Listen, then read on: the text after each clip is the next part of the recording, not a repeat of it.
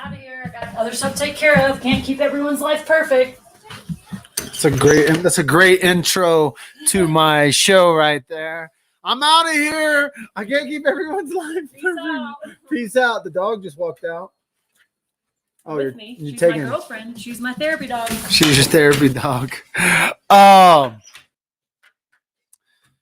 Here is some breaking info that I just got. It turns out that the leaked police affidavit came directly from the Stauch family.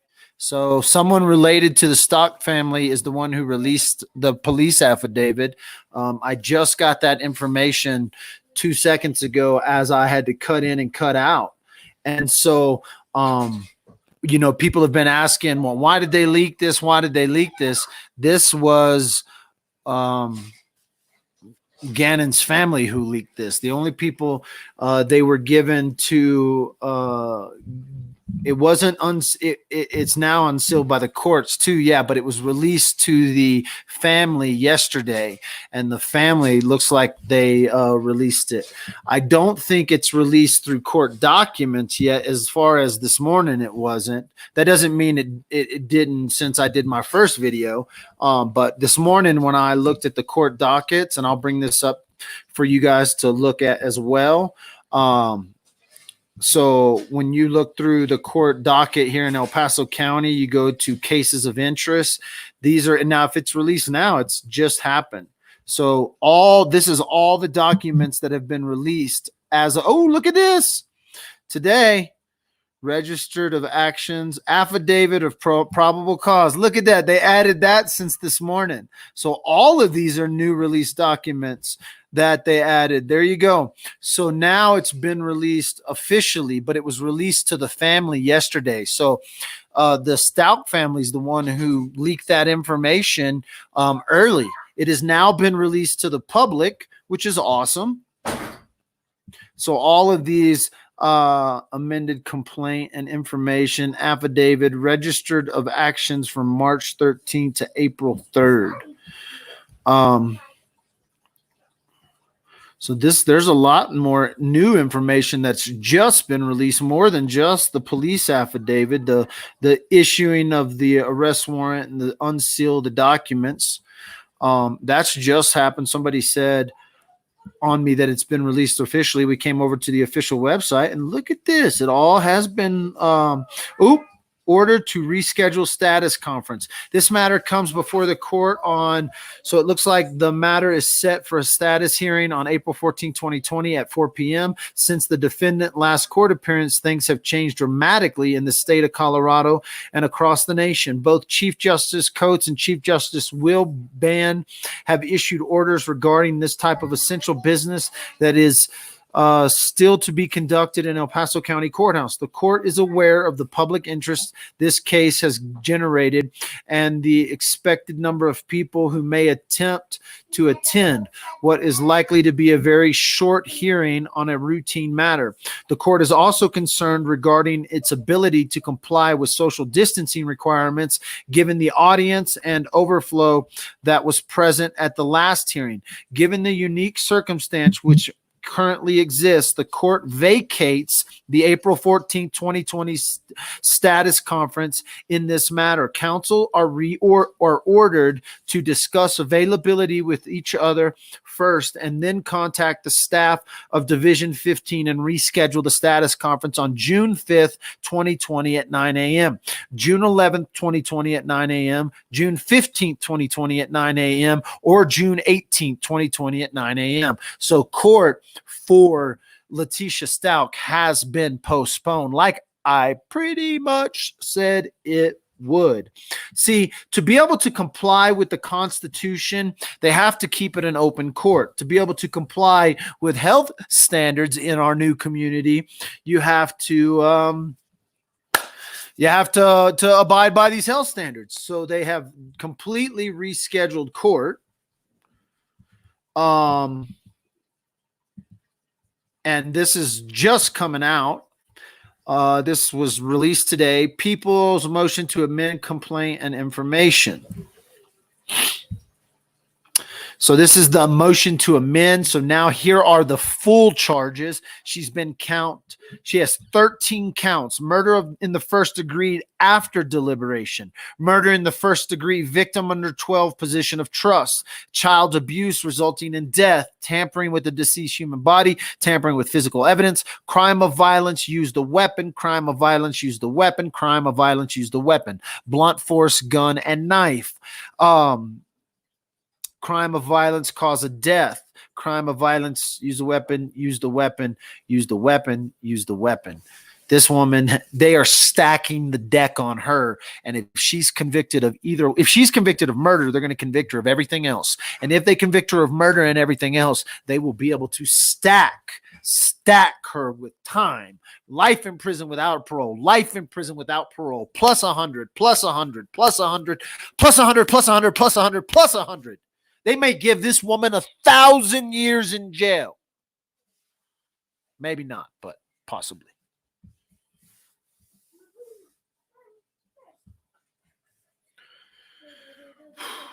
She will not see the outside anymore. Never again.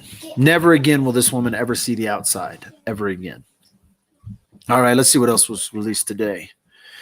They canceled court, just so everyone knows. P3, People's Motion to Amend Complaint Information. I think this is the same.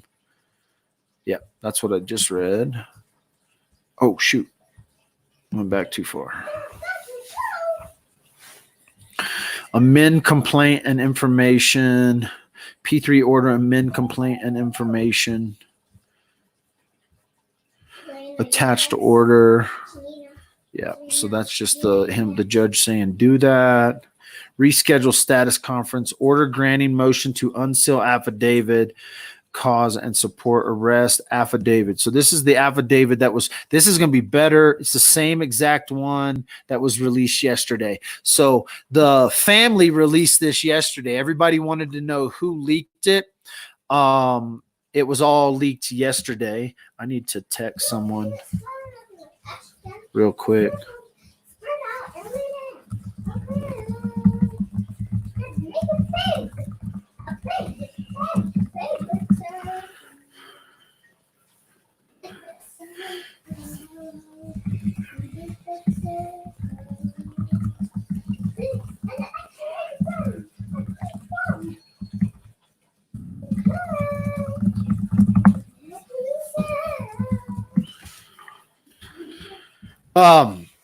Just get my sources connected. They're all like, actually now everyone's going to release it. The news is releasing it. There's a brand new story that just hit Fox 21 report released. Everybody's got it now. So that's the affidavit. What was the one here?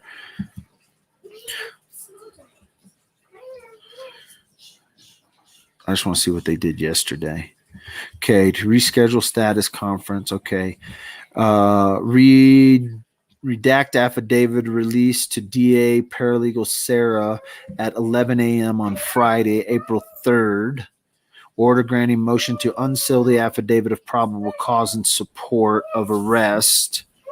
So that was yesterday. So today, what is today? Is today the 3rd? Today's the 3rd. So redacted affidavit released to DA. So that's when they redacted it right here. Is this showing? I don't know if this is showing. Yeah, right here. This is when they officially released it to the public. But it was released to the family yesterday at some point. So it would have been this one here. Oh, with parent of victim right there. So that's the parent of the victim right there is right in front of you. So this was released to Landon and Al, and they are the ones who leaked it. They're the only ones that could have leaked it. So it tells you right there that they're the ones who leaked it.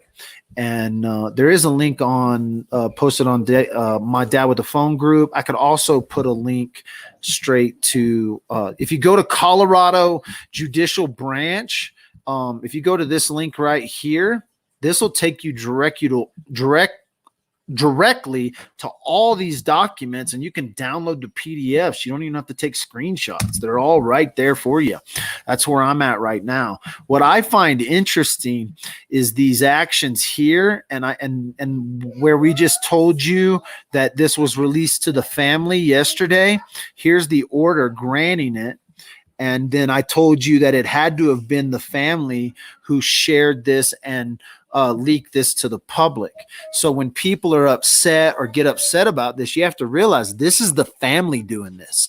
So anyone who is upset about that police affidavit being released yesterday, the only people you can point your fingers at are the people that had a copy of it, and that's when it was released to the family yesterday. And so the family released it, and thus for there you go. So nobody can sit here and nobody can sit here and just be pointing fingers at anyone. The only people that could release that information is the family, and it's actually right there in the timeline.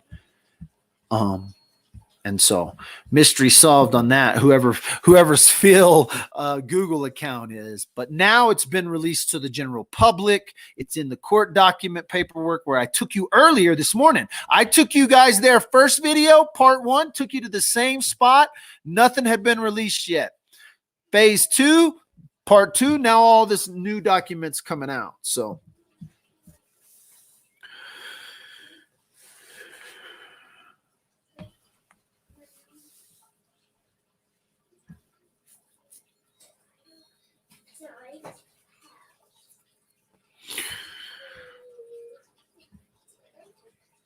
well, that's why I'm just making it clear that the only people that I'm not saying it's their prerogative, absolutely their prerogative to release it. But there was a lot of information being circulated on the media press and in social media that somebody on social media released this, somebody on social media released this. It wasn't anybody on social media. It was the family. The only people who had access to this affidavit yesterday, other than a court gag ordered seal. So actually, the worst part about this is that the family broke the court's gag order and released the information. And you can look at that however you want. But they're going to be if someone's going to say, oh, it's a social media person's fault or it's someone's fault. Like I told you this morning that just because this information was released, there's no way, shape, or form they're going to be able to use that to get Teabag off. Teabag's not getting off, right? And so the fact that it was released through the family, though, is a violation of a gag order, except that it was unsealed before this. And so at that point, it may not be part of the gag order. As soon as it becomes unsealed to share with the family, all of a sudden that's kind of a gag lifted. And so it's interesting, though, to see how it played out, because I was getting calls at 8:00 last night, text messages from people going, why the hell? Why is this released? There's supposed to be a gag order. And I didn't even touch it till this morning. I left my phone. I was talking to people on Twitter and different messages with my sources, but I didn't touch this thing until after it was already out there. And then now this afternoon, it's been released to the general public through the court system. And so, but it is interesting to me because I did literally receive information saying, hey, the family released this. And then sure enough, that's what the paperwork says. So it's interesting. It's just interesting how this court thing is playing out for people who are involved in true crime and not just consumed and obsessed with the Gannon case. A lot of you guys are just here because it's Gannon, but a lot of my followers and people who watch this actually watch a lot of different cases and a lot of different true crime. And so understanding how things get leaked, why things get leaked and stuff like that is important to them. So that's why I'm kind of pointing this stuff out, because people were asking this all day yesterday, or asking me last night. I mean, I literally have text messages back and forth. So good information today, and some really good information shared by the court system. Now, what I'm going to do is open this up to you guys. And if you want to call Dad with the phone, you can make a phone call right now to the number at the bottom of the screen. I take calls in the order that they are come, and I don't hang up on people just because you call in. So just because you call in during a phone call doesn't mean I'm going to pick up your phone call. So first come, first serve. When I hang up, you can start dialing or whatever. Doesn't matter to me. You can call back 100 times and you still might not get through. The question is, what do you think about the information that was released on the police affidavit and that was released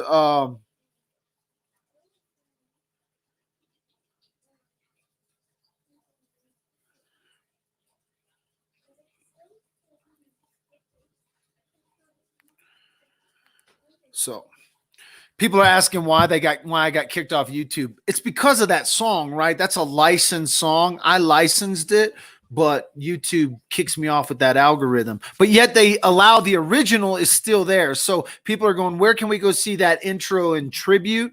So the original is actually still on YouTube. The reason why is because I'm licensed to play it. And so here's the original YouTube video that I played at the beginning of my last video that got me kicked off. Boom, you can go check that out on YouTube, by the way. All right, we got a call coming in from Connecticut. You're live with Dad with a phone. Hey, Dad with a phone. How are you? Good. How are you? I'm good. I'm calling from Connecticut. What do you think about this information that's been released now? Well, it's gut wrenching. I totally feel for Landon and Al. I can't imagine the horror they felt when they read, all that information. It's really sad. She's a messed up woman, that Letecia. She is a messed up woman. She has done some. It's crazy how much stuff she talked about and the things that she did leading up to all of this and what they documented. So no, it's a crazy story. And then what do you think about her story of trying to say she was raped? Did you read some of that? I think that's a bunch of bullshit myself. Well, absolutely. But can you just imagine?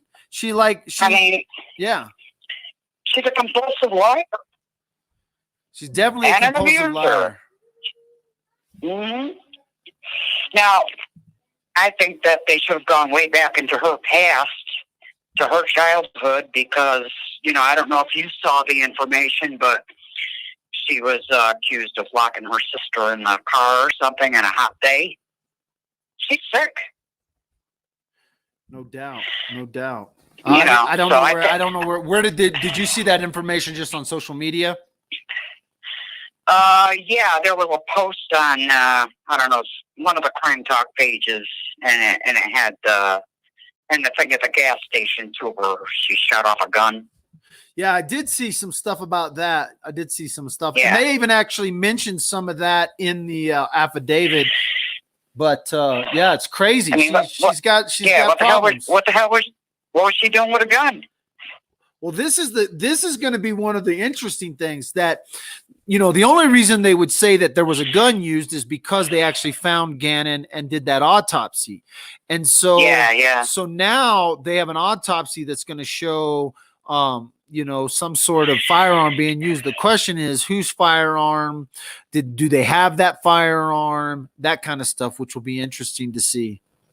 Well, what my thinking is, I think maybe inside that suitcase they found a couple of weapons that they probably put inside with the body. Well, I don't know why. I mean, that would be dumb to hide the murder weapon with the body, especially like a gun or stupid is as stupid does, though, Well, no, I understand. No, I don't think they found. I don't know if they found weapons, but I think the autopsy actually shows the evidence that a gun or a knife or something was used. But I mean, there's a possibility that they recovered firearms or recovered what they believe to be a knife that maybe had been used or a sharp object. But it'll be interesting to see for sure. I think we're going to get more and more info as this goes. Especially after seeing how this came out, I have a feeling that there's going to be more and more come out here in the next few days. So what else you got? you're going to hear more about Harley, I think. Well, I definitely think, as far as this affidavit shows, Harley wasn't cooperative with police, but she was involved either knowingly or unknowingly by some stuff. It does say that she probably wasn't there, and they've confirmed that she wasn't there when they believe the time happened. But as far as covering it up and helping mom cover it up and clean it up, it'll be interesting because it would be interesting to know. It says that Harley came and picked up Lena. Well, what did Tecia tell her to come? What did she say to her to say, come pick up Lena? But where's Gannon? And all that. So like, if Harley's not stupid, we've watched Harley's little videos she does them and her little Instagram stuff. She's not a stupid girl, and so it's going to be interesting to see where Harley plays in all this. Well, it's kind of sad because she's a victim of her own mother. She absolutely, is. So, well, listen, I don't thanks want for to hold you calling. up because you've got other callers coming. So, yeah, and I'm interested to hear what other people say. All right. Anyways, we'll talk to you later, buddy. It's bad up here. All right. Somebody's calling from the UK. You're live with Dad with the phone. Hello. Hello. Yeah, you're live on Dad with the phone right now. Hi there, I'm phoning from England. Yeah, I see that. You're calling me from a UK number. I am, yeah. So what are you're following Dad with the phone and watching this case unfold from across the ocean? Yeah, I just wanted to say what a good job you're doing of covering it. Well, thank you. How long? I really liked your... Sorry. Oh, go. How long have you been watching? A few months. Okay. Did you just start watching after Gannon's case? I watched a little bit of the Heidi Broussard case as well. Okay. Cool. I just saw your YouTube video that was taken down. Oh yeah.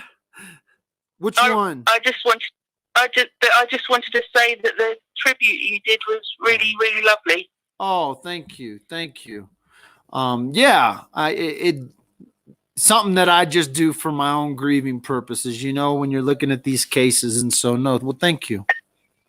Yeah, it was beautiful, and he was a beautiful little boy, and it's just utterly shocking, what's happened. Yeah, so do you follow true crime in general on YouTube, or how did you get into this stuff? And have they shown anything over there in the news about this? I just like true crime. I'm interested in the psychology of these people that do these things. But Gannon's case hasn't been on the news. I've just followed it on social media. Okay, I understand. Oh, did I lose you? Oh, I lost you. Dang it.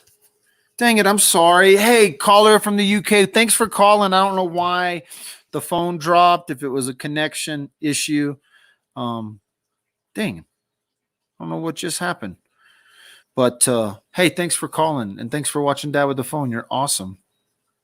Somebody calling from Huntsville, Alabama. You're live with Dad with the Phone. Hello. You're live. Hello.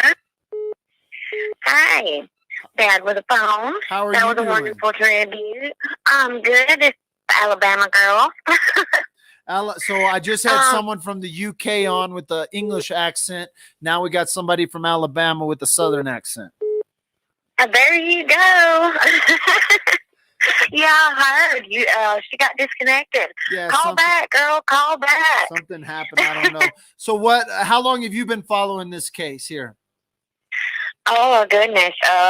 Since the first video that I saw that you had on it. And, oh, God, this is just unbelievable. I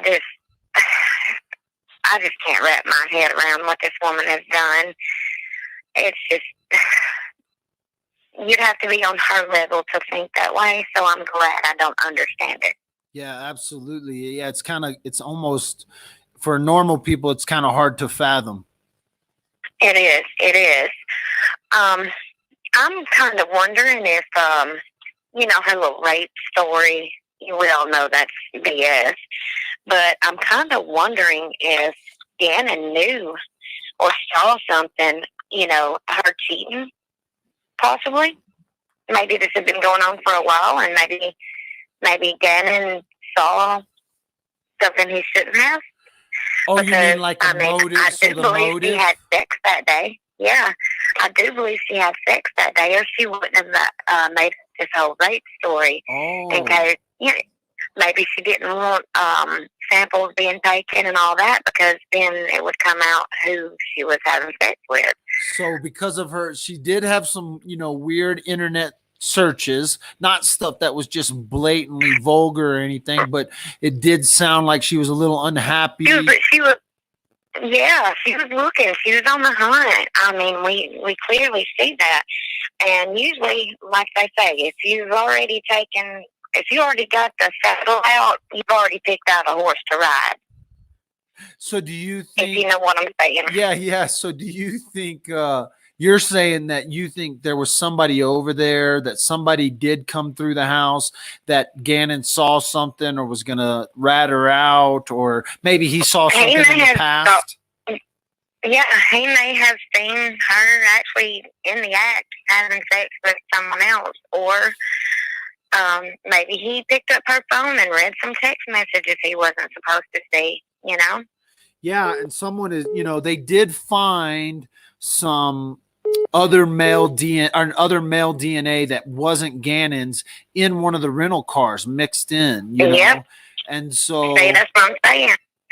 I honestly believe, I don't know, the rate everything is changing so fast on this case.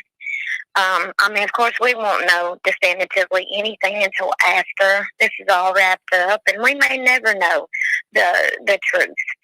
But I think it's enough for it to be a real high likely possibility that she was having an affair and that Gannon called him, or, and then this dude maybe did help in some way of disposing, I don't want to make just random thoughts here, but at the same time, that's all we can really do. Well, no, there's a lot of unanswered questions when it comes to one,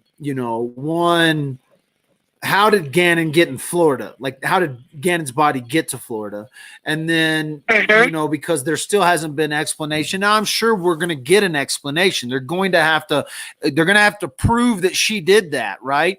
Or if they, yeah. And so, we're going to get more of that as the court stuff goes on. There is some other interesting things that kind of like actually lean towards what you're saying. During her interrogation, she was like stuffing Kleenex down her pants. And a lot of people think that could be because she was trying to, soak up any DNA or get rid of stuff, and then they did take her to the hospital where she refused, even though she was telling this story of rape, she refused to take, some exams that they could have done to see and collect DNA. And it would have been interesting to see if they collected DNA and that DNA matched the DNA in the rental car. I guess we'll never know because they didn't collect anything that day. And so it would be hard, but no, that's an interesting story. So there's just too many, there's just too much to be a coincidence, in my opinion. He's got the random the male DNA, and then all of a sudden she comes up with this rape story.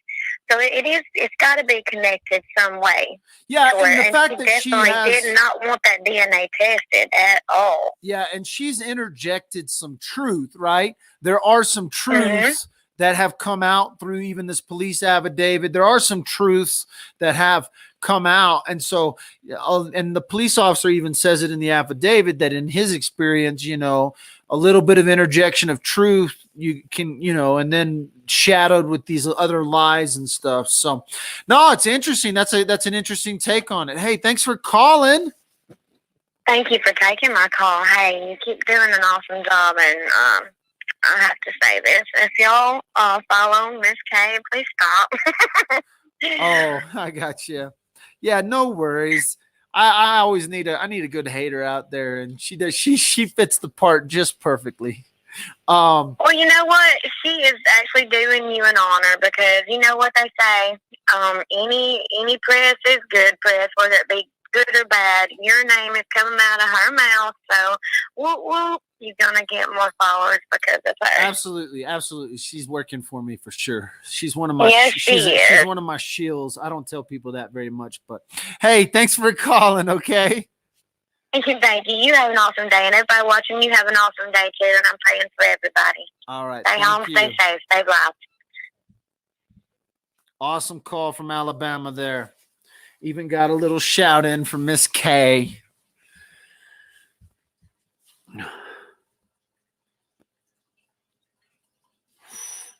Oh, Undisputed Truth says it's Gannon's friend's dad was there. Interesting. Which one? Who's Undisputed Truth? I can't remember. Is that like another YouTuber? I'm trying to set up a video chat. I'm live on Dad with the Phone right now, taking call-ins at the number below. If you want to call in, you can call in. How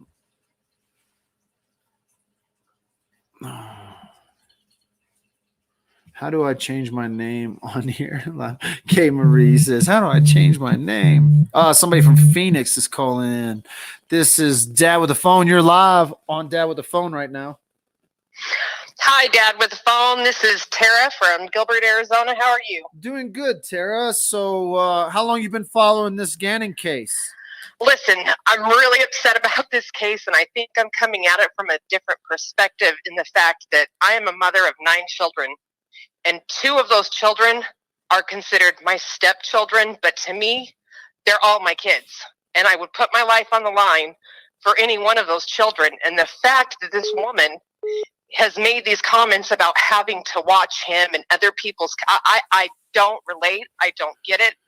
It hurts my heart so bad.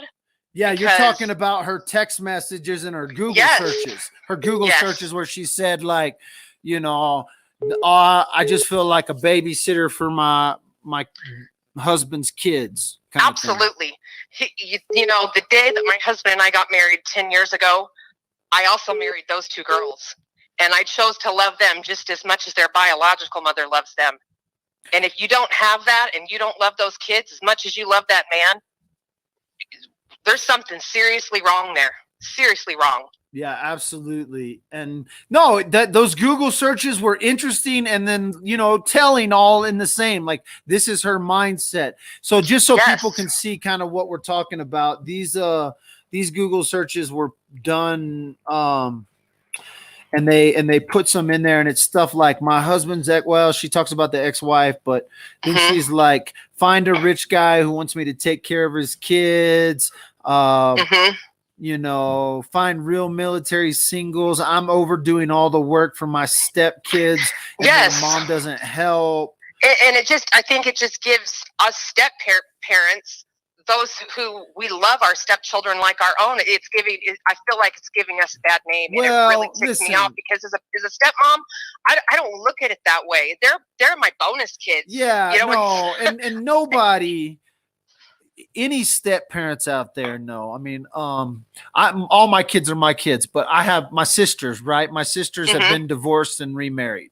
And so one of my sisters has never had a biological kid, but her stepkids that she's been stepmom to since that kid was 4 years old, and now he's in college. That's her kid, you know. Absolutely. And that girl, and to the point where that woman has fought for him in up and down through things, not bad things, just good things, fought for everything good for this kid, and has been there and is the one that negotiated college deals and all kinds. This is the stepmom doing this. And so, no, this is not Letecia Stauch is a bad example of a human being.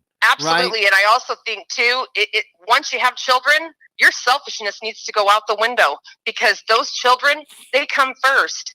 Absolutely. Then you can take care of yourself and have stuff for yourself. But she is so beyond selfish. It's just sick, and it's sad. And this case is just, I mean, I've watched other cases and stuff, but this one just absolutely rips me up. And I can understand, because you're a stepmom, and it's like every news press is like Gannon killed by stepmom, Gannon killed by stepmom, and it's just, and there's not one thing that child could have done that warranted what she inflicted upon him. Not one. And it just is absolutely heartbreaking. My husband, he'll go and work out of town, but whenever I would have all of the kids and whatnot, I was never resentful. They're my kids.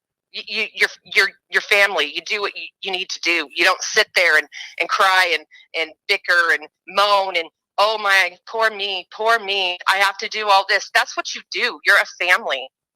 You're married. You have a family unit. You take care of that unit. You don't. It's just crazy to me. Crazy. Well, thank you for getting the voice out for the step parents. Well, thank you for taking my call. And anything else you got? Anything else that came out of this affidavit stuff? Like you said, you see in her messages, anything else stick out to you? It blows my mind away. I have to sit and say, I'm going to kind of reserve my thoughts a little bit on Harley, but I'm just wondering if this girl didn't think very much about it until maybe her mom was arrested. And I'm hoping that maybe now she has talked to authorities and she's starting to put a few pieces together and realize that, her mom wasn't, doing what was right. I just want to still look at her as a child also. And I know she's, 17, but, this is still her mom. But I'm just thinking she's probably looking at it differently now than what the affidavit was saying then, because this was before her mom was arrested. Yeah, absolutely. And I will give Harley the, I'm a 17-year-old girl, probably not thinking about much than Instagram and TikTok. We could obviously, she was kind of in this whole, I want to vlog my life kind of world, and and so, no, I could say it in the same breath of saying, hey, the 17-year-olds knows something. In the same breath, I could say the 17 was so selfish of her own self that she probably didn't see what was happening, and not until after this thing unfolded. And then on the flip side, she has been raised by this woman who isn't right. Well, absolutely. She's been raised. Exactly. And she's so been like raised this, by a woman who's not mentally all there. Yeah. And so the abuse could have started very young with Harley. Yes. She could be a victim in and of herself, she could be Letecia's victim as well. She could have so much fear inside of her where her mother's concerned that, it could be a number. You don't go against, you could go down either road, right? We could go down either road. We could say, no, she knew something, or no, she was ignorant to the thing. Right now, I'm sure Harley is very well, aware of this information, the documents that have come out. I'm sure she's very aware of what's happening now, to where, in hindsight, we would hope that she would come forward and speak with law enforcement because of because of an innocent child being murdered. But again, it is her mother. It would be, we're never in that situation unless you're in that situation. And so to try to act like we can understand what Harley's going through, or to understand what Letecia's family's going through, none of us are in that situation, right? Well, Harley's lost a brother, and now she's lost a mother. Yes. So, my heart kind of, and if it comes out that she knew and helped, okay, well, you're 17 and you need to be responsible also. But I just want to, she just seemed like a girl who was trying to get her life going to me. And if she was already trying to get into the military, maybe she wanted out. No, it's very, very, very, very possible that she was trying to escape the life with her mom. And so, we can look, I look at it both ways. Like I said, in the same breath that I could say she's guilty, I could also say that she was ignorant to the situation, like a 17-year-old, most 17-year-olds would be. in a lot of circumstances, especially in today's society. So no, I can go down that trail with you. So hey, thanks for your thoughts. All righty. Thanks for taking my call. Have a good day. You too. We'll talk to you later. Bye-bye. All right. Bye. You're live. Oh, you're not live with Dad with a phone. I missed one from Denver. If Denver wants to call me back, or someone else has messaged me. But somebody from New York. Oh, this one could be interesting. You're live with Dad with a phone. Oh, I hung up on him. Hello, you're live with Dad with the oh shoot, swap. Hello, you're live with Dad with the phone. Can you hear me? I can. Or where are you calling from? I'm calling from Stauch, New York. The quarantine capital of the world. New York. How long you been watching? How long you been watching Dad with the phone?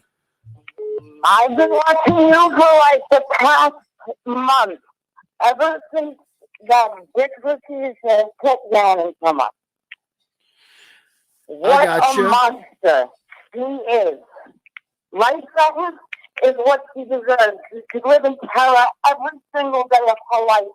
The way he did for those hours with her, and probably for the years that he lived with her preceding them.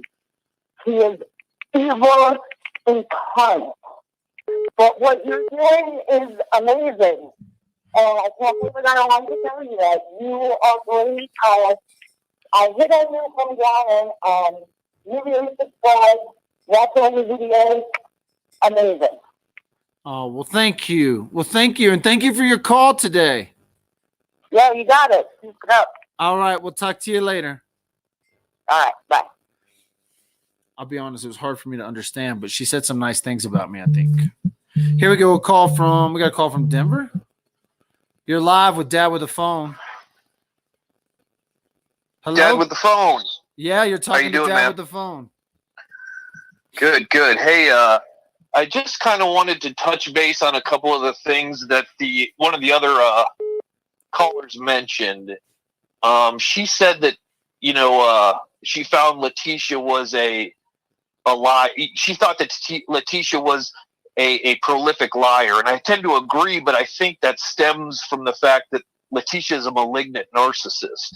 She displays a lot of the same qualities as a malignant narcissist. She's very, she lies constantly. She has an image of herself that she portrays that's like very manicured and very, very carefully put together. And Letecia's not somebody who would ever tell the truth in a situation like this. I don't think we'll ever get the truth out of Letecia. So for my callers and me, I know what a narcissist is. What is a malignant narcissist? So a malignant narcissist is somebody who turns their narcissism and their traits of narcissism outward and uses them to manipulate and harm the people around them. They're a controlling presence in a family or a relationship. They typically gaslight quite a bit. They will lie constantly. They will act antisocially. And when I say antisocially, I don't mean that they don't like talking to people or anything like that. What I mean is that they will commit crimes or they will act ethically ambiguously in order to serve their own needs. It's very similar to a sociopath. I got you. But a malignant narcissist is somebody who has the need to fulfill their ego constantly. It always has to be validated and reassured. And I think what happened is Letecia encountered some things that were emotionally very disturbing for her in the lead up to her murder of Gannon. And that could have been the rejection from the school board or the District 20 school board, which I'm a product of, by the way. I just like to say that. But also, I think her relationship with her husband overwhelmed her ability to cope with the situation at hand, and she acted out violently. And Gannon just happened to be the target of that. Now, there's an entire branch of evolutionary psychology dedicated to studying the abuse of children by step-parents. It's called the Cinderella effect. And you'll find some psychologists that think that there's an outsized amount of abuse of children by their step parents for evolutionary reasons that they couldn't describe to you directly, but they feel inside and act out upon. And that's resource management. It has to do with the idea that they want to protect their own children from the stepchildren. It's a very, sort of base, visceral sort of study of human behavior. It's highly contested. So let me ask you this. A lot of my callers Sure. are claiming all kinds of things. Who am I talking to right now, by the way? Because you're like one of my 1%ers. I'll tell you this. I write for a channel on YouTube. I can't really tell you exactly who I am. I'd be happy to send you a message to verify it, but just say let's. So you're another YouTuber or another content creator? Correct. Yeah. Okay. I don't myself appear on camera at any point in time or anything like that. I simply write copy for the channel. I got you. Yeah. And so, okay, so now you got me all intrigued and stuff, right? Okay. So no, you're not a doctor, but you've devised all these philosophies and these thoughts that you're actually sharing right now. So correct. I don't have a postgraduate degree. I'm not a doctor. I did study psychology as an undergrad, and I have become interested in the areas of abnormal psychology as I've progressed in my career, and I study it a ton, and I'm very deep within the world of true crime, as we all are. So okay. So how did you come about watching Dad with the Phone? So I have a ton of friends that still live in the Colorado Springs area. Okay. I'm from that area originally. Currently, I'm in St. Louis by way of Denver. So I study a lot of cases across the United States, and I try to give my opinions on them. I'm not saying, by the way, that my opinion is right or the only one or anything like that. It's just what I think about the case particularly. So my friends brought this case to my attention the day that it happened. Gotcha. They saw that there was a search party being organized and stuff like that. So that's kind of how you came into this particular case. Yeah, I think I probably would have found it regardless, just because of the circumstances surrounding it. It's a pretty interesting case. It's very bizarre. Letecia in and of herself, I think, is a complicated, weird character. I don't want to attribute any type of intelligence to Letecia, but she certainly has drawn the attention of the world to herself. That's for sure. Yeah. So what do you think? So was there anything else that I like how you kind of broke down some of the other callers' thoughts and what she is? What else did you see that came out from maybe this police affidavit that's been released now? What have you seen or read in there that you think like, oh yeah, this is where, that kind of thing? So it's tough. It's tough with the police affidavit. This particular affidavit, if you'll notice, was actually drafted prior to them finding, obviously, the body of Absolutely. Gannon. Yep. Absolutely. Right.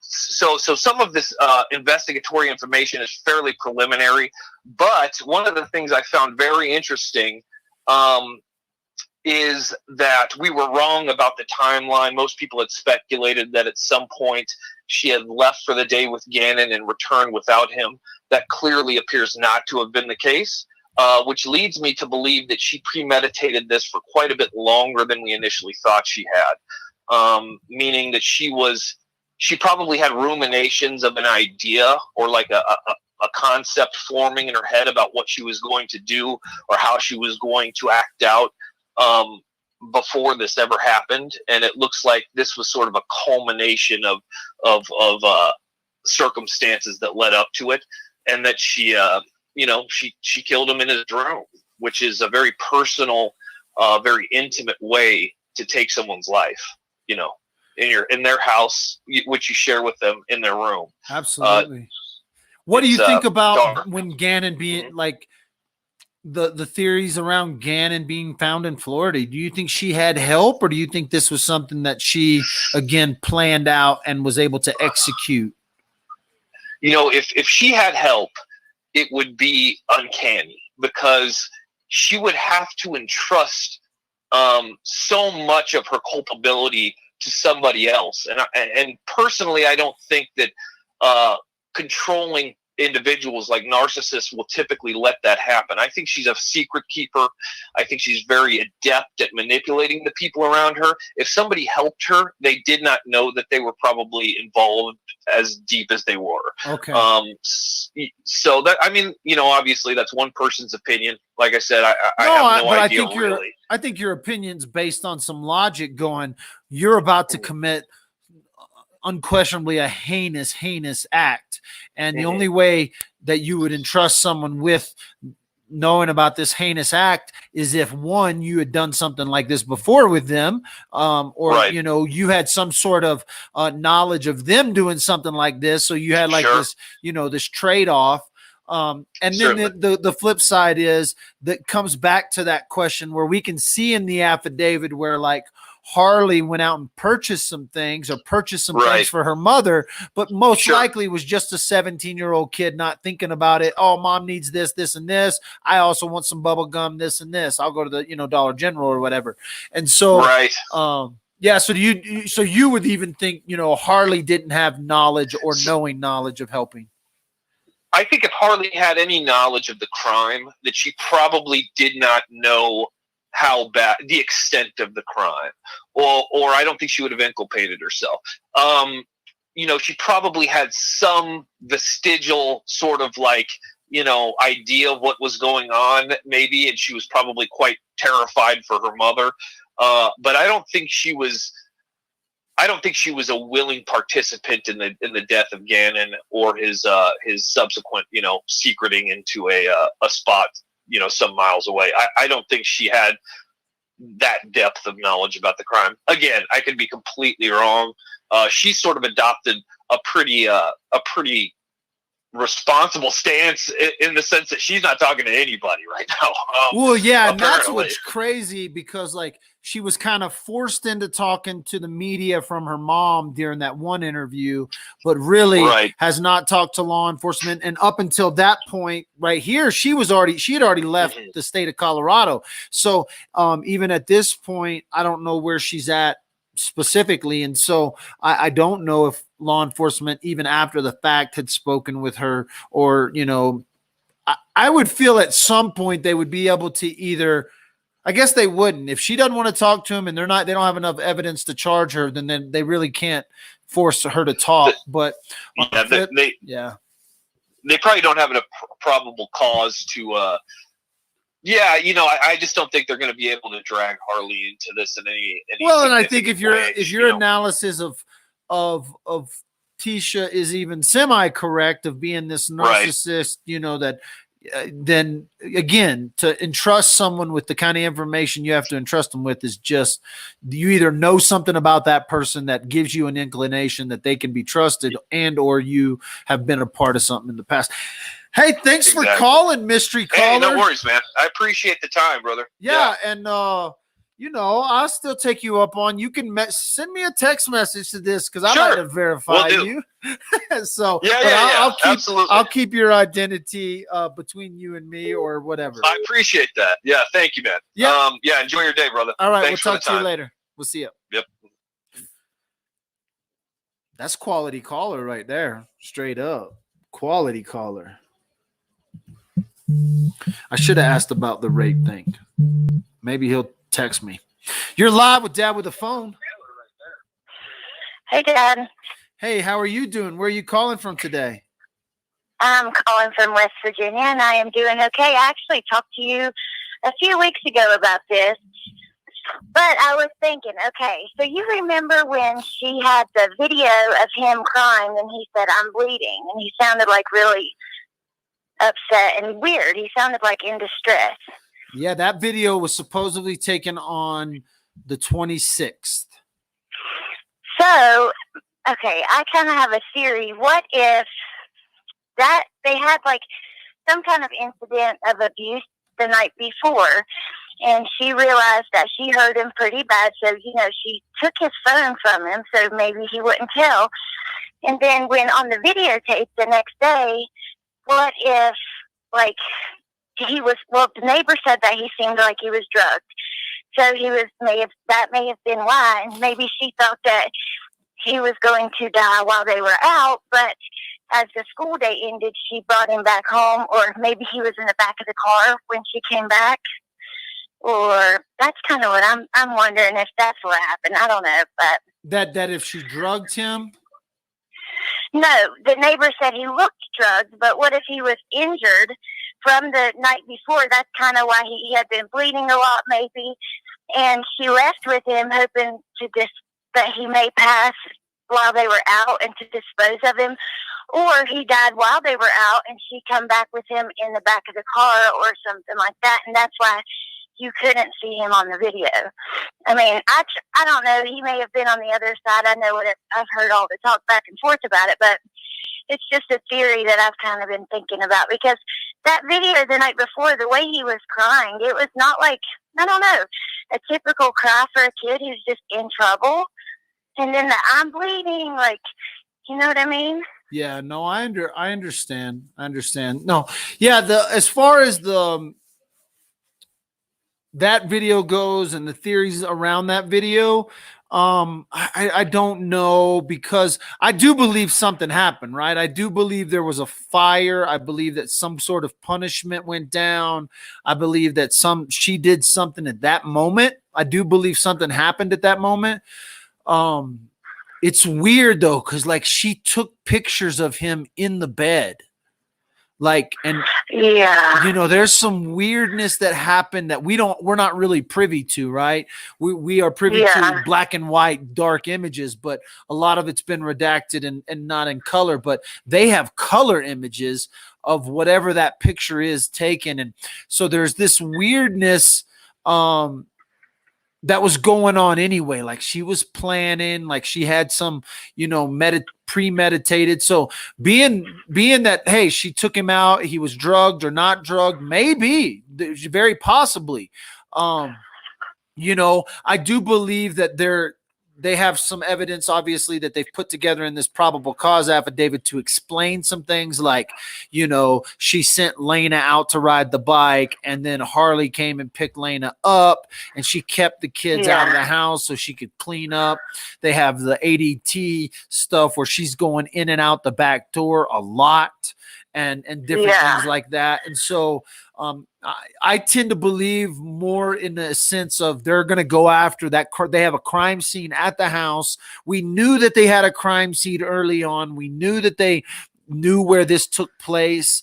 And so, but the whole situation of her leaving and coming back, even law enforcement has the original, right? They have the original video, and even law enforcement says, look, this video is really not high enough quality for us to determine, but here's what we can determine. Right.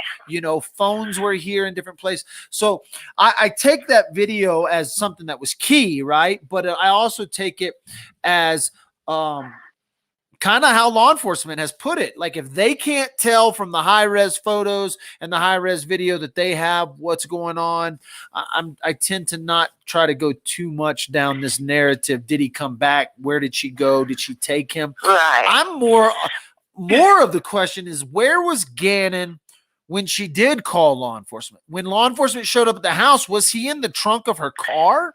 I've seen that. Where was he at that initial visit?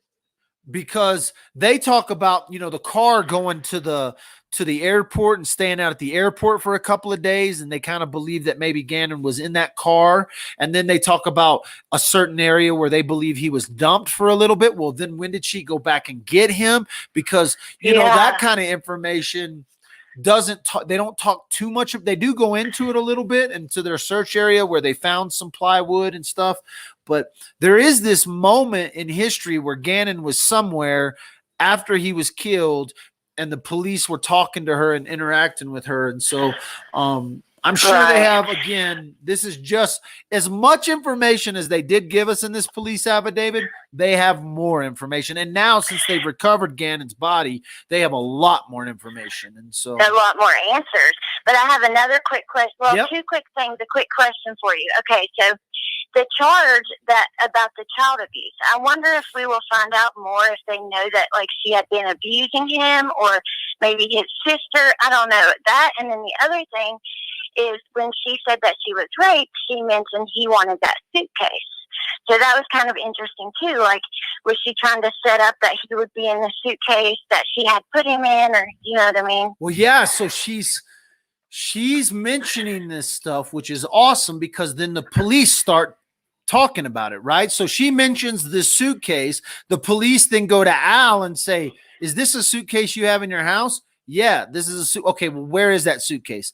Well, now all of a sudden, okay, that's an element of truth that she's given. Now she's attached an entire person to that truth, and she's trying to attach a whole story around this element of truth. And then we find out, we know that there's hotel information, there's video.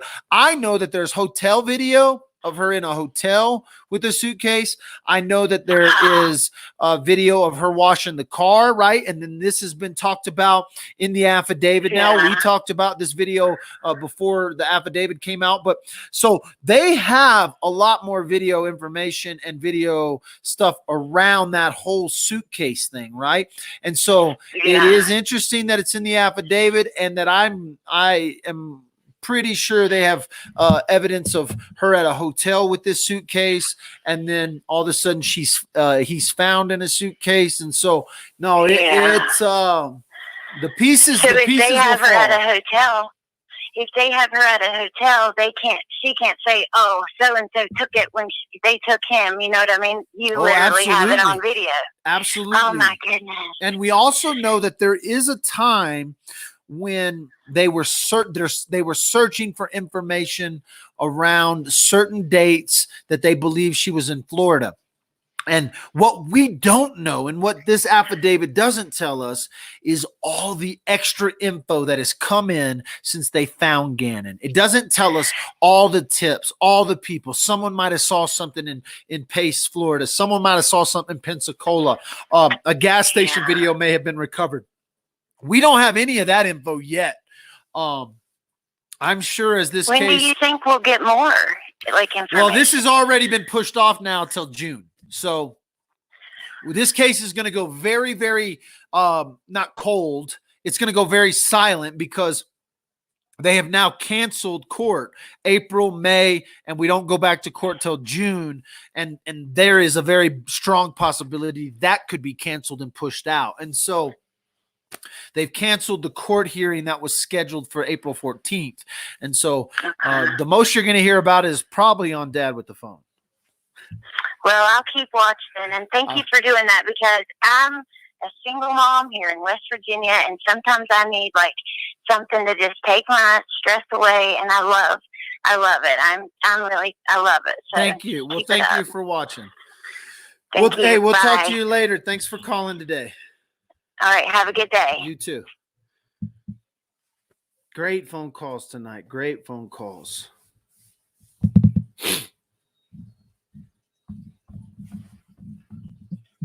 Great phone calls. We got something coming in from Spokane, Washington right now. You're live with Dad with the Phone. Hello? Hi, You're Dad live. with the Phone. How are you doing? Where are you calling from? So I actually live in Pueblo, but my phone number is from Washington. Oh, I got you. So you're a Pueblo, Colorado caller. Yes. Gotcha. So what's going on? What are you thinking about? So I don't understand, and maybe you can help me understand the narcissistic side of her. Like, if she really wanted to leave, why wouldn't she just divorce? Why wouldn't she just be like, hey, I'm done? It's a paycheck. I mean, think about but think about the situation she's in. She's in a nice house paid for by her husband. She's, her husband travels a lot. So if in fact she does want some side action, she can go out and get some side action. You know, she has she has children and that are hers, and then she has stepchildren. You know, the whole, I mean, Al was a paycheck for her. Maybe they were in love. I don't know. I would hope to think they were in love at some point. As a military spouse myself, I don't understand. Tell her to help My you. husband is stationed at Fort Carson, and I don't understand that side. Well, yeah, but you're normal, right? Like, you're not a narcissist, right? You're not someone who's going to go out and kill their stepchildren, I would hope. And so at that point, it's hard to even try to fathom this. Like, this is the same thing that I went through with the Patrick Frazee case when I was following it. Like, I tried to put myself in Patrick's shoes in a sense of what could make Patrick do what he did. And, you know, there's only one thing that could come to my mind. And that is if my wife tried to take my kids away from me, the thought of murder would probably come through my head. You know, like, that's my kids, my flesh and blood, the kids that I would die for, right? And so Right. when I think about a stepmom, and I'm like, what would make a stepmom kill her kids, or what would make a stepmom stay in a situation like she's in if it's that bad, which I doubt it was that bad. I mean, the house is fairly reasonably nice house, 2,500 square feet, Colorado. It doesn't look like she had issues with vehicles. You know, and so it doesn't seem like the financial issues. I mean, everybody has financial issues, but it doesn't seem like it would have been something that would drive you to kill your stepkid. And so, unless there was the other thing that we haven't talked about, and something that wasn't mentioned in the police affidavit, but has been mentioned by the family, is that there was a life insurance policy on Gannon. And so the motive could have been just simply money. And I hate my stepchild. I hate my I hate my father's ex, or my husband's ex. There could be a lot of motives that she kind of formulated in her head to get to the point that she did, you know. So I don't know. I still can't wrap my head around what she did, because if I were in that position, you know, leave. Go on with your life. Don't put your child involved. Don't get your family involved, you know. Just simply just leave. Go find someone else to make you happy.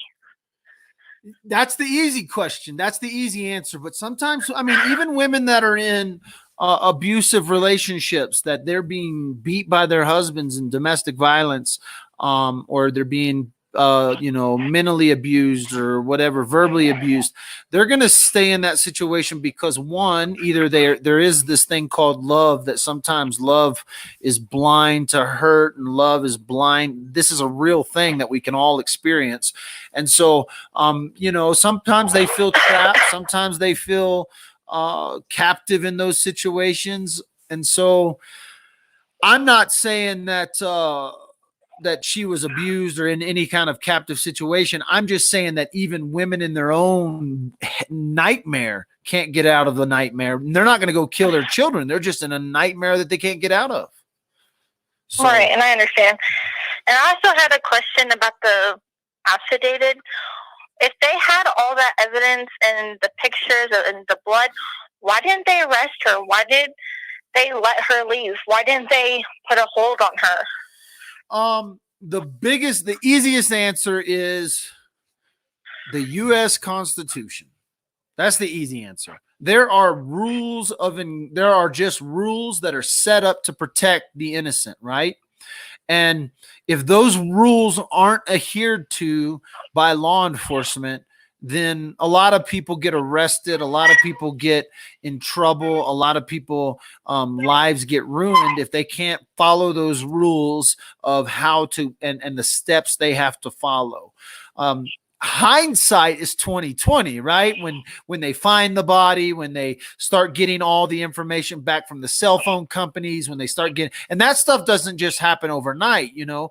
And so being able to get the information, you know, this police affidavit was dated the February 28th, which is almost a month after it's actually a month and a day after Gannon was reported missing. And so in layman terms, that's not that long to arrest someone for a murder, because these guys are playing for keeps, right? They're trying to get this woman for life. They're trying to get her forever. They don't want to ever her to walk the streets. And so 1 month in that time frame of giving her 1 month to trip herself up, to do these interviews, to make these phone calls, to mess up, a lot of it is done because they know she's not telling the truth. They know she's hadn't been raped. They know all this, but they can't just arrest her based on her lies. They need to arrest her based on physical evidence. And so, getting DNA results back don't just come back that quickly.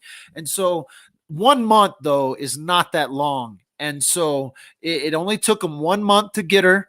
And they've got her. They got her locked solid. They also recovered Gannon.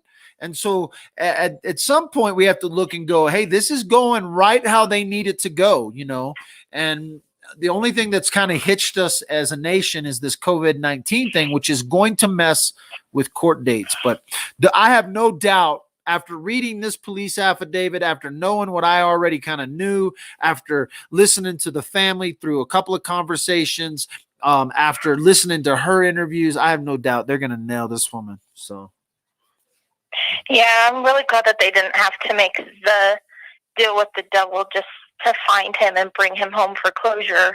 Which is awesome. Yeah, that is something. Burial.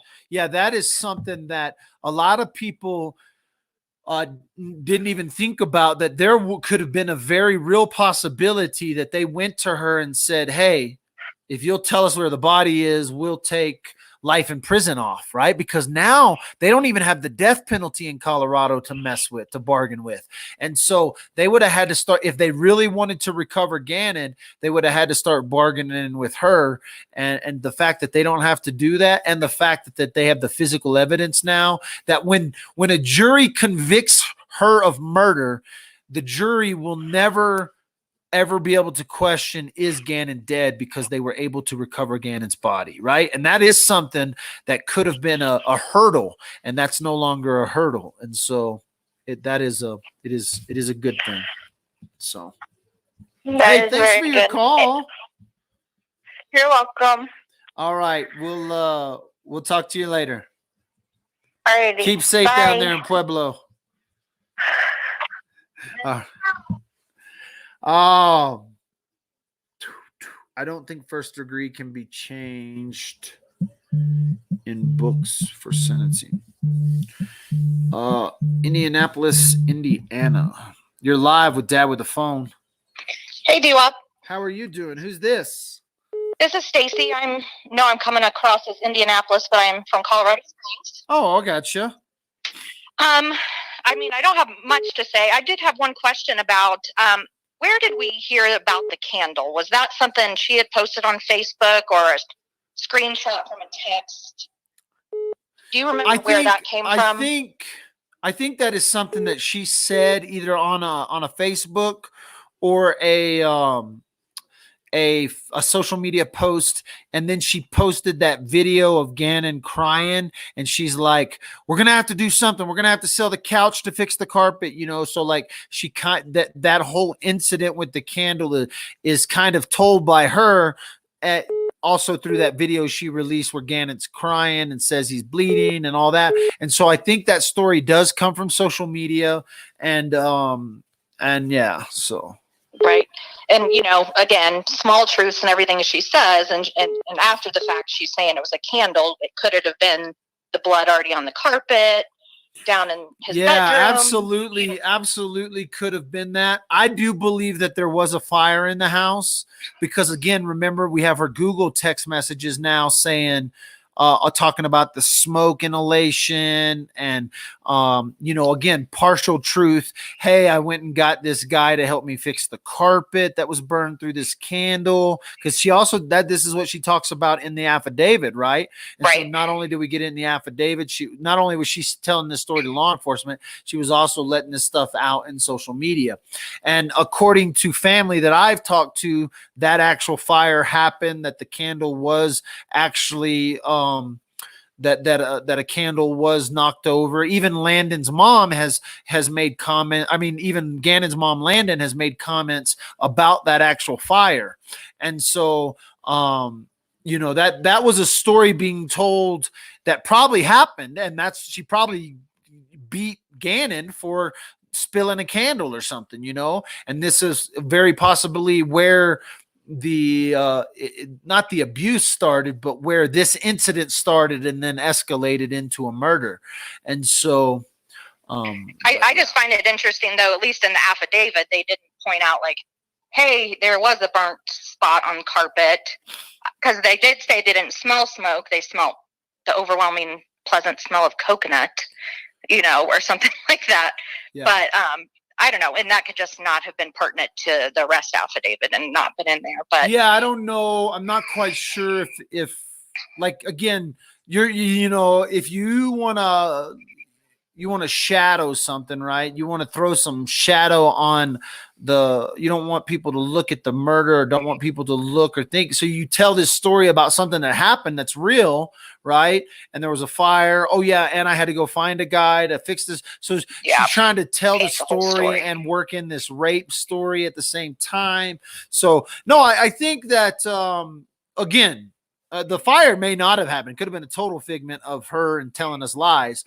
But I do think there is some evidence that shows that, and that there is a reason behind why she brought it up, actually. And I think it's part of that. I'm going to try to give you a little bit, but I'm going to use it to spin this story off, you know? Right. Well, and it's like, you know, obviously she's not smart. But, you know, this whole premeditation part, it's like, well, hell, why didn't you catch the mattress on fire that still had blood on it and have a bucket of water ready to throw it out or something? Like, she just left so much evidence. She got rid of the bedding. She tried to clean up the walls, and that's, but then she leaves the mattress with blood soaked through it. Yeah, and I would say that, like, I would kind of agree with the caller in saying that this may not have been premeditated to do it the way she did it, but as far as like thinking about it, everything is birthed in thought, you know, especially if you're going to dispose and hide and tell these lies, right? You're birthing this in a thought. You thought about this at some point. This is why, you know, there are old proverbs that say, take captive every little thought, because if you continue to think about murdering your child, there may become a time that you murder your child. And I tell this story about a rape case that I am very familiar with, where a guy, you know, he was addicted to pornography, just regular pornography. Then he started watching rape porn, or he escalated into this rape porn. Then he started walking around the malls, walking behind someone, just imagining raping them. Never raped them, never did anything outwardly and openly, just other than the guy walking behind you could be thinking about raping you. That's what his imagination has taken him. And then all of a sudden, this dude rapes a daughter of a friend of his because he had thought about it so long. He was put in a position with this daughter where they were alone, and boom, he rapes this lady, and he's in prison today. And he tells the story that, man, I just started thinking about it. It just consumed me. I was just imagining raping women. And then all of a sudden he did it for the first time and got caught the first time. And so, you know, the same thing could have been going on in her mind, thinking about killing this kid, get back at Landon, get back at Al, pissed off about her life.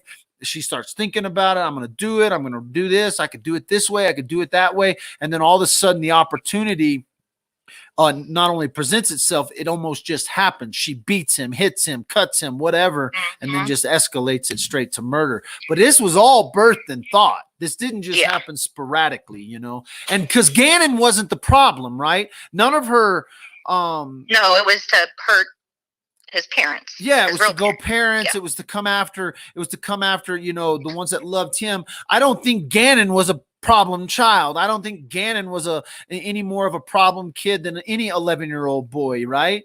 And so I don't in any way, shape, or form think that this was birthed because Gannon did something, even a littlest of thing, right? You know, this was something that was birthed in her head because she's a psychopath or a narcissist or whatever title you want to give her, it probably fits. So. Well, yeah, if you look at her Google searches, I was just reading these, it's like she was having a conversation with Google. So I don't know if she was a narcissist and trying to validate some of her feelings she was having by going out to find other people that wondered if their husbands, ex-wives were sending Valentine's cards to them or whatever.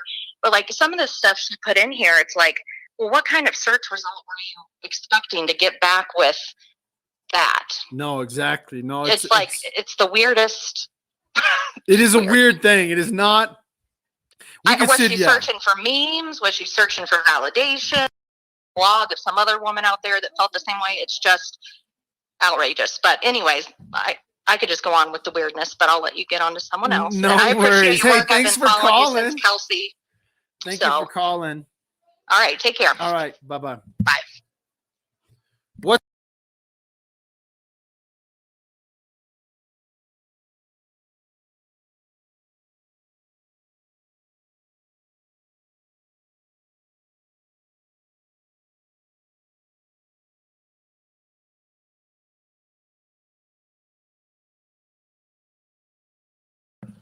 Trying to get my teenage boy to help his little sister. I don't know how to I don't know how to parent a 13-year-old. I'm inexperienced at parenting a 13-year-old kid. I need some help. Can y'all give me some advice? I got a Denver caller calling in. Who's this? You're live with Dad with a phone. Hello? Hello? Yeah, you're live right now. How are you doing? Hey, what's up, D-Wop? Who's this? This is Janine. Janine, you're calling from Denver? I am calling from Denver. What are your thoughts on this whole thing? Man, I honestly think that she was money hungry. I think she was self-righteous. And I honestly think that she was very jealous of the relationship that Gannon had with his mama. Okay, so this is kind of your thinking behind like motive and why she did the things that she did. Yep, honestly. I think because I don't know if you really think about it. She, the search was on Google about Landon owing her this and that, and I think she's just really money hungry. Like it comes down to money, it comes down to jealousy, and it comes down to how can I inflict pain on this poor child that Elle and Letecia or Elle and Landon love so much. No, I can understand that. I mean, you gotta, we try to fathom what would make us do it, right? What was she thinking, And, right. What were her thoughts? Yeah. And the problem is I don't know if we could ever get there, right? I don't know if any of us could get into that mindset to really understand what's going on in her mind. I don't even think she would be able to articulate truthfully what happened, right? I don't even know if that would be like, I don't know if it's capable for her to tell the truth. I don't think she ever will. Yeah. I don't, the best part is I don't think we have to get anybody to tell the truth. I think the evidence that she left and the things that she did are going to point and paint a picture that they'll be able to convict her with.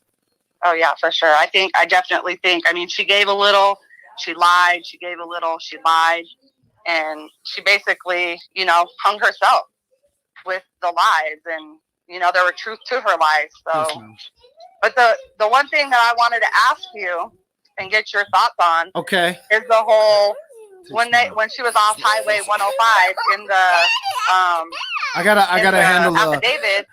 Talk to him. I gotta handle my little kid.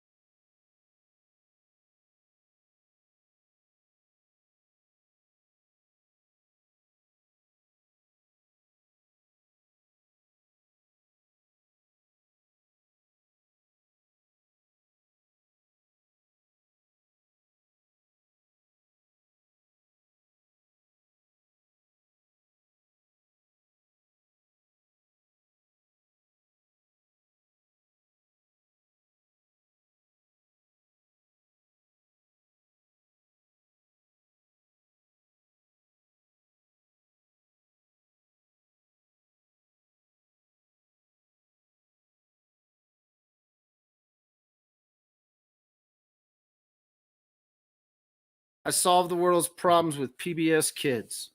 Right. Oh, so what? So look. So anyone that if I would have had that off camera and my daughter was just crying, right? My 5-year-old's just crying. She's crying because PBS Kids isn't working right, you know. But anybody could take that recording and be like, "Oh, Michael's a bad parent," you know. Right. You would be judged for sure. I probably am going to be judged at some point. You're a good dad. You have a good heart with this case. But the one question that I have is, I live in the country, so you know there's a lot of rural area around me. And the one question that I have, and I wanted to see what your thoughts on this were, in the report, she stated that Gannon was off of 105 and something, and he was riding a bike and fell and started bleeding. Like, what are your thoughts on that? Yeah, like, that's just a whole nother story, right? Yeah. Like all of a sudden they're going, we found blood, right? We found blood. And first of all, Gannon is not riding his bicycle down State Highway 105. Right. This is not a highway a kid is riding, an 11-year-old kid is riding a bicycle down. Now, so yes, it's not this is just another lie. Right. It's just the crazy things that she comes up with. Like, you're like, what, 50 miles away from your home, and you have your stepson riding a bicycle. What was that, like, punishment? Yeah, like, no, none of it makes sense in the sense like that's just not a logical story, but it also, it speaks to what she's just making shit up as she goes, right? And the biggest thing to me is, how did she get the body to Florida? Right? How was she able to hide Gannon long enough to get him to Florida? Because really, they found Gannon on a fluke, right? They didn't find Gannon because someone witnessed her do this or someone pointed them to Gannon. It was a construction worker working in a construction zone that found Gannon. And so that's the biggest thing to me, is that this thing actually came by like a mistake she made, but it wasn't a mistake that she made that led them to there. It was more of just somebody randomly found Gannon. They were able to determine it was Gannon and then contacted law enforcement. But does anybody really know what date she left? Because I mean, there's text messages saying that they didn't even know that she was in Florida. Like, what day did she leave? Did she pick up Gannon's body on the 31st off of Highway 105 and just drive straight to Florida? Like, were there others involved? Yeah, no, yeah, exactly. And that's where like, yeah, that's where I just. And if law enforcement was so sure, and I have law enforcement in my family, so I'm not against them, but if they were so sure and thought it was her in the beginning, why was she allowed to even go back to that site, pick up a body, and then leave the state? Again, this is information that we're speculating, because I believe that law enforcement had good eyes on her, understood where she was at, and they are only looking for this little short time span, the 3rd, the 4th, and the 5th, where she's not accounted for. And so, again, we live in a free country. And as much as law enforcement, has the ability to really go after you and stuff, if they're not in it to just go after you, in other words, if they're not if it's not a corrupt law enforcement, right? They're actually trying to prove and tell the story of what happened to Gannon. They're going to let this thing, they got years. They don't have to prosecute her a month later, 2 months. They could prosecute her years later. And so 1 month of a period is a very short time to arrest someone, especially on these charges. And so I'm going to give them a break, only to say that they got her. It doesn't matter how they got her, when they got her, they got her. And if they would have got her before she left Florida or before she left Colorado, it wasn't going to save Gannon, right? And at some point, Gannon was dead, and they believe Gannon was dead on the 27th, which is the day that she reported Gannon missing.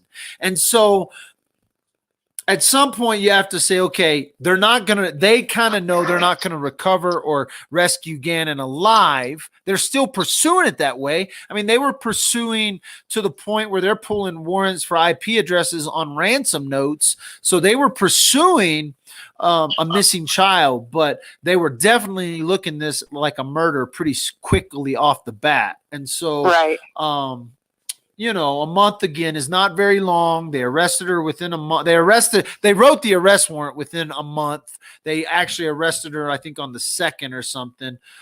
So yeah, it's a crazy one. Hey, thank you, caller, for being so patient. Thank you. I All right. appreciate it. And All right, you're thanks. doing a We'll great talk- job. Keep doing a good job. All right. Thank you for calling. All right. Oh, hey, sorry about that, listeners. I am dad with the phone, not because of you. I'm actually a dad. My wife freaking left me. Y'all heard her leave earlier. She went out the door, and I'm trying to take care of these children and do something for you guys and keep them sane. So Ella gave y'all a little bit of her fussy because PBS sucked. Hey, can you come say smile and tell everyone hello now that you're better? Ella? Better?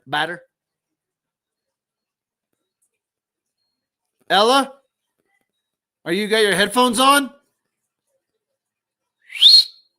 Ella?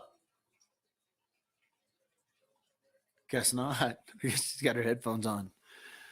Oh, wow. Hey, thank you guys for watching Dad with the Phone.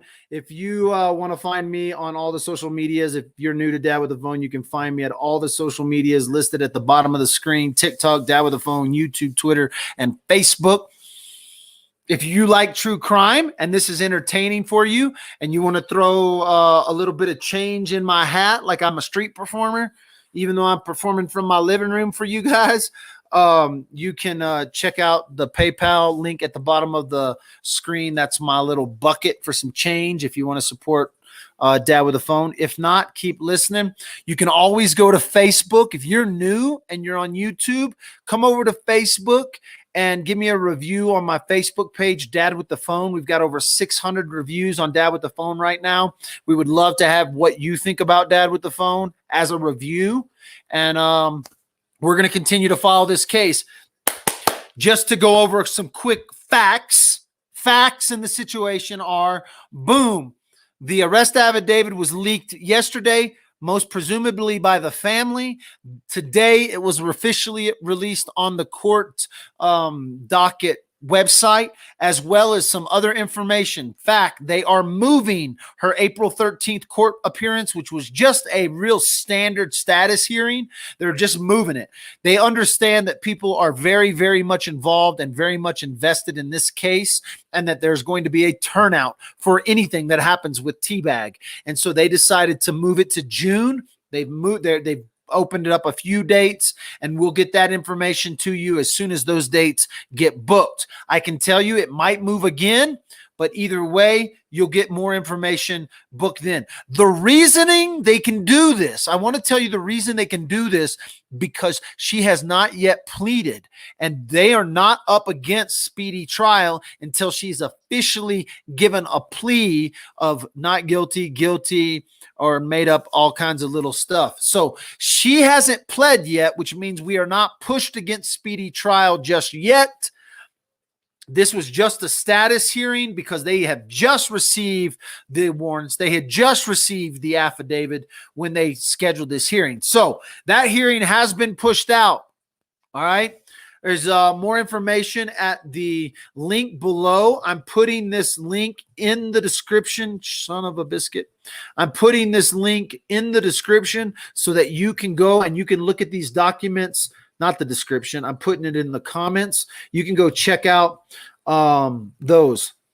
Alex, phone call, please. Someone says, Alex, phone call will come today. Sometime today, tune into Dad with the Phone. We'll be broadcasting a phone call that we took with Al's brother that actually released a lot of this information. We had given y'all tidbits, but we didn't want to release that information until the arrest affidavit came out with all the information that the family basically gave me a while back. I've been attacked. I've been persecuted. I've had whole hater pages created over people saying that this, that, or the other. Here's the deal. Dad with the Phone is simply just bringing you information as it comes. I don't contact family. I don't try to contact family. I don't try to be a part of it at all. So I just kind of step back. But we got everything recorded. We'll play that for y'all later today. That one's going to be one you're not going to want to miss. Thanks for watching Dad with the Phone. We'll see you guys later.